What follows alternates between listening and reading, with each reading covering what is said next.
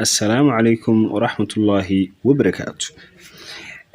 ardayda sharafta iyo qiimaha iyo qaayaha badan oo aad salaam meel kasta joogtaan waxaan ilaahay ku soo dhawaada casharkeena maanta wuxuu dhacayaa sida tan profiles mahmahyo failure teaches you success guuldarradu waxay ku bartaa guusha to little knowledge is a dangerous thing. Little knowledge aqoonta yar is a dangerous thing waa shay halis ah anaha aqoonta haba yaraatee ma noqoto mid khasaare ah laga wadaa macnaha aqoonta yaraan ma gasho markasta waa wax loo baahan yahay 10 minutes to make practice is better than 10 years of learning this language.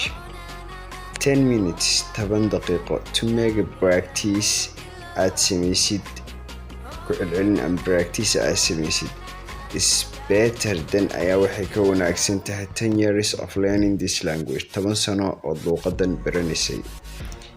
Profiles mahmahyo failure teaches you success guuldarradu waxayna bartaa guusha. A little knowledge is a dangerous thing. Unto haba yaraatee waa shay halis ah. 10 minutes to make practice is better than 10 years of learning this language.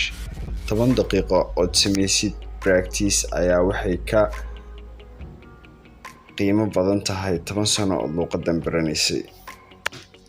haddaba ardayaal casharkeena maanta wuxuu ku eegyahay intaanu ku kulmi doono casharka xiga waxaan kaga tegayaa sidaa iyo nabadgelyo baayo iyo boowe wadi salaamaya.